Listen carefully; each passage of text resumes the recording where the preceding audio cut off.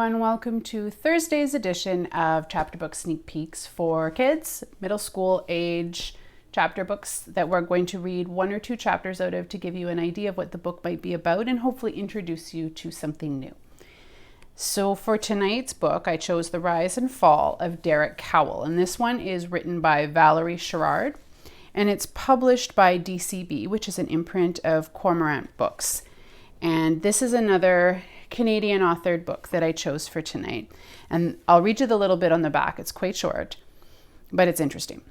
Hi, my name is Derek Cowell. You may remember me from when I was popular. Before that, I was invisible. And after, well, that's a long story. I never expected to become popular. It just sort of happened.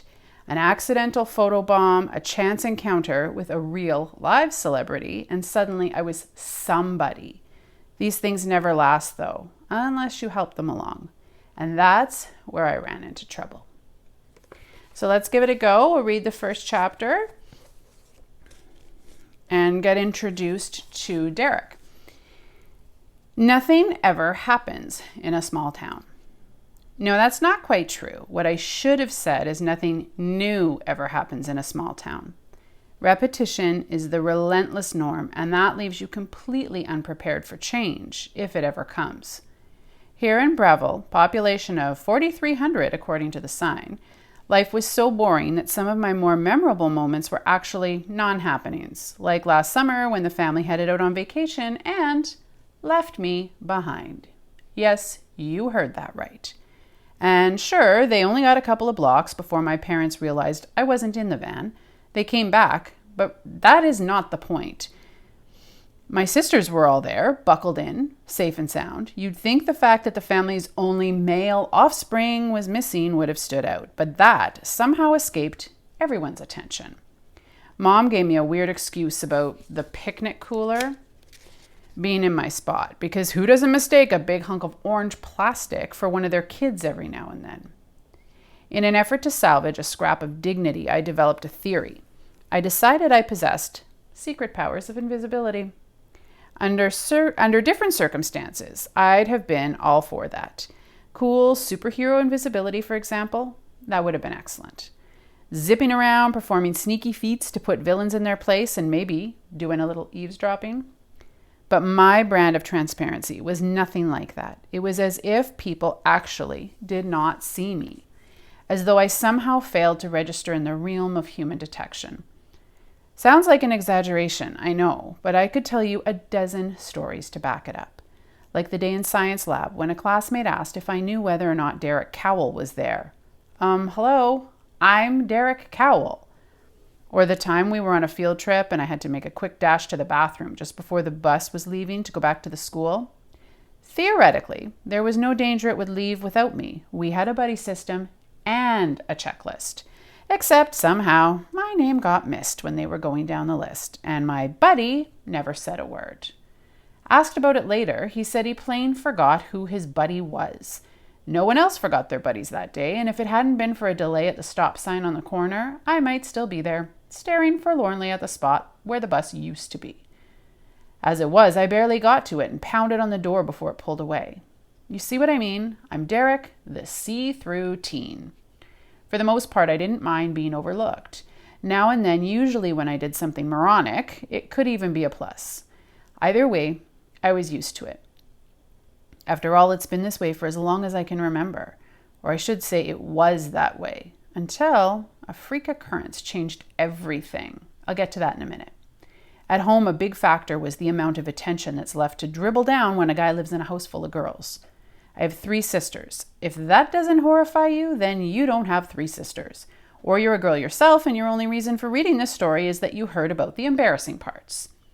Living with 3 sisters means I spend a lot of time listening to girl talk. Not that I don't try to protect myself, but I can hardly ever find my earbuds when I need them. That's because one of my sisters has borrowed them, which is known as stealing in parts of the civilized world that do not include the house I live in. Kim is the oldest at 15, which also means she's incredibly sophisticated in her imagination. Kim and her friends have made an art of sighing, rolling their eyes, and raising their eyebrows at each other. It's as if they belong to a secret society that's only allowed to communicate through facial expressions. Other than that, their favorite pastime seems to be holding thoughtful discussions on important world events. I'm kidding, of course. They mostly talk about romance, but they work in a few other things, like clothes and hair products too. Probably so they won't seem shallow. Steffi Morton is the only one of Kim's friends who isn't like that. She's friendly and funny and not one bit hard to look at. Of all the people who hang out at our house, she's the one I'd most like some attention from, which is a big part of how this all started. But that's kind of getting ahead of things. I was telling you about my sisters.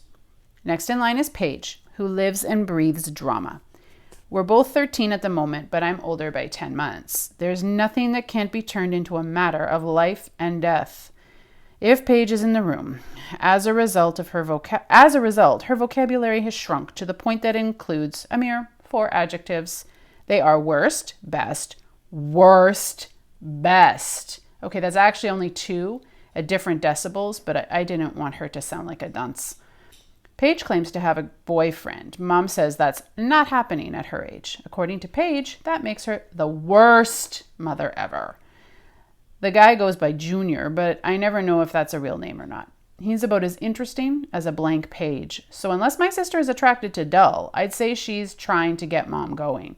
Some form of weird rebellion, maybe. Either way, it's not my problem, except for the odd time when Mom and Dad are out and she sneaks Junior in. Then I feel obligated to give him menacing looks, to make sure he knows I'm around. Watching, not that there's been anything to see, Paige hasn't even tried the standard, "we're going to my room to listen to music" bit. And when they're sitting in the living room, he's usually alone on the couch while she flops in her favorite chair. It's obviously she has 0 actual interest in the guy. I think of him as sort of a stuffed toy she's bored with, but drags around anyway because she likes the attention it gets. Anna is the youngest at 9. She's also the family extortionist. And let me just say, if you've ever been blackmailed, chances are pretty good you're an only child. I'm sorry, if you've never been blackmailed, chances are you're an only child. She's little and cute and looks so innocent when she's standing there with her hand out, leveling those cold eyes at you.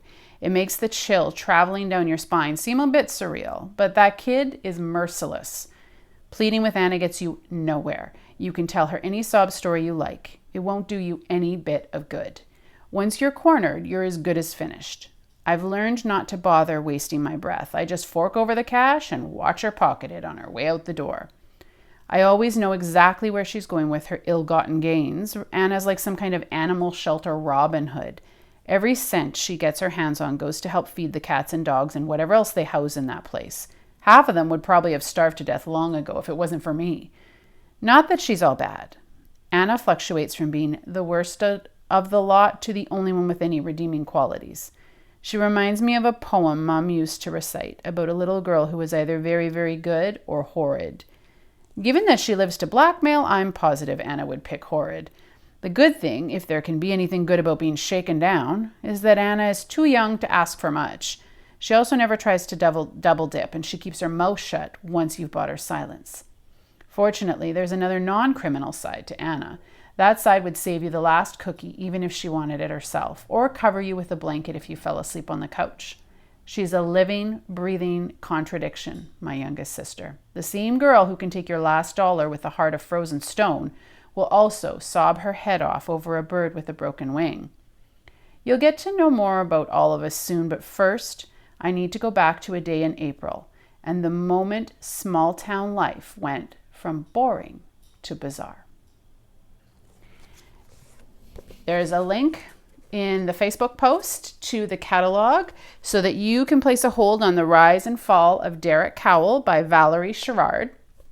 And you can see what happens to make Derek go from invisible to insanely popular. And it sounds like that doesn't turn out to be a good thing after all. Thanks for joining me, and we'll be back again tomorrow for one more chapter book sneak peek. Take care.